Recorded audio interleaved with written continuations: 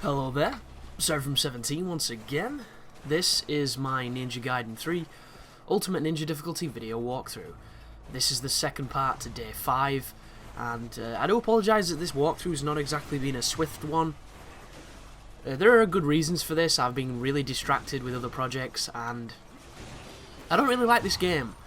And it's one of those things where if I don't like something, I find it difficult to get the motivation to really push a brisk pace on getting it out. And thus, this one is being uploaded steadily over the course of a few months. So, we're with Momiji on this level's very short compared to some of the other ones. And there's a whole bunch of the standard alchemists attacking you here. And luckily enough, what happens is, what I didn't realise at that point anyway, is that the alchemists, when they're attacking Momiji, are distracted. Which means if you Flying Swallow and get into them, you can pretty much kill them outright. And you can do moves that they would normally dodge. But because they're looking at her, they don't dodge them. And you'll notice I'm just throwing shurikens here at this point, because I was waiting for one to come near me so I could isolate him and do the combo that you've been seeing me do for pretty much the entire playthrough. But it wasn't happening. And instead, oh, it's happening now, I say. And there it is. The Y. Wait a second, forward Y into Izuna drop. And it works a treat against this enemy, it really does. I did experiment with rushing all the way down this water basin that we're on, just to see if I could despawn the alchemists, but it didn't work. Not too sure why. I don't know what the draw distance for stuff like that is. It seems to work for almost every other fight on the game, but not these ones.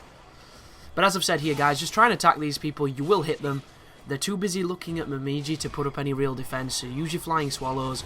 You know, charge... Oh no, don't charge your UTs, because you can't do that in this one. Without permission, anyway, until the game tells you that you can.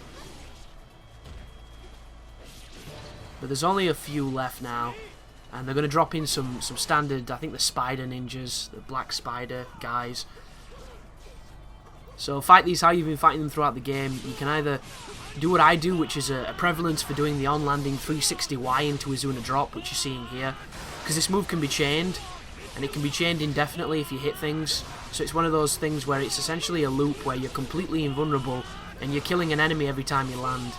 And as you can see, it's mercilessly effective.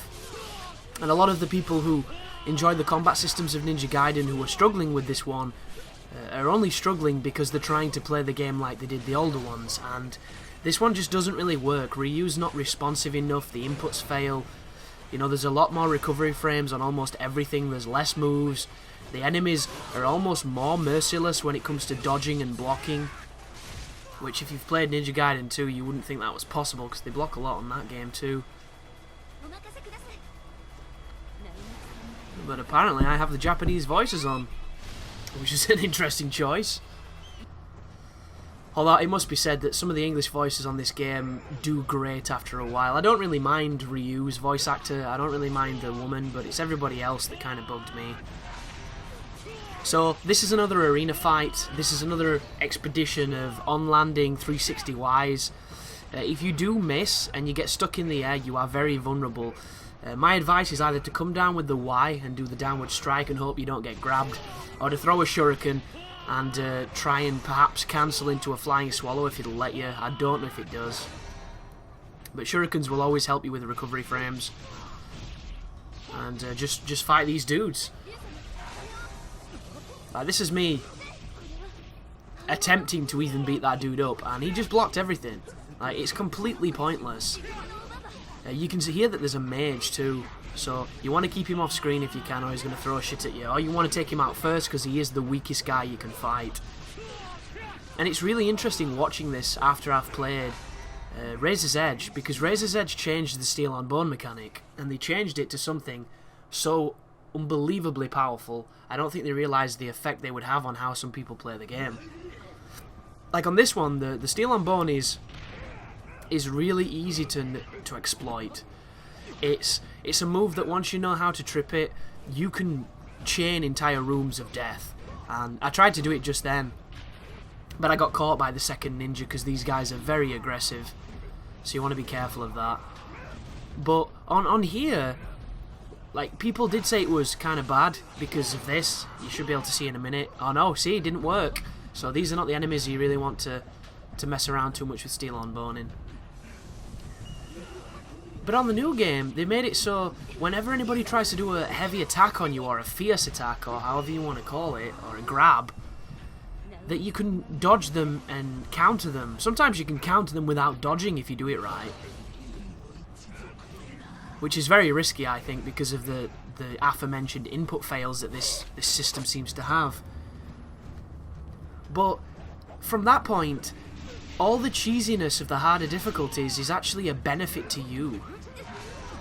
And they went out of their way to try and, you know, remove some of the things that they saw people were doing on this game. For instance, this move right here does not work on Razor's Edge. It works wonders on this one, doesn't work on Razor's Edge. Instead, you have to do a ground version of it if you want to chain the iframes, which is still quite safe, but aside from maybe the Reapers or a few boss encounters, I really don't know why you would do it. Mainly because the steel on bone is so powerful. But this boss here, you need to shoot his hand. If you don't do it, he will insta-kill you. The worst part about this fight is that you can still control when the camera pulls out, and there are a couple of moments where the camera goes kind of crazy and you're still vulnerable, so you can take unnecessary damage, and I think that's kind of cheap. But then again, this game there's done worse things. So for that move there, you can either move away from the core to evade it, or you can get in the iframes of the 360Y that I'm doing right now. I would recommend doing the 360Y because you can still cause damage while you're evading an attack, and it'll speed up this process. Because if you haven't noticed, what is happening here is, when it glows you can do damage to the core. When it stops glowing you have to essentially kill the enemies.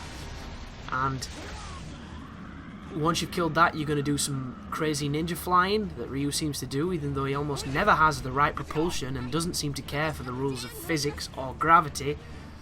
But climb up here, evade the rapey Rotsuki Doji tentacles, and then just get to the core.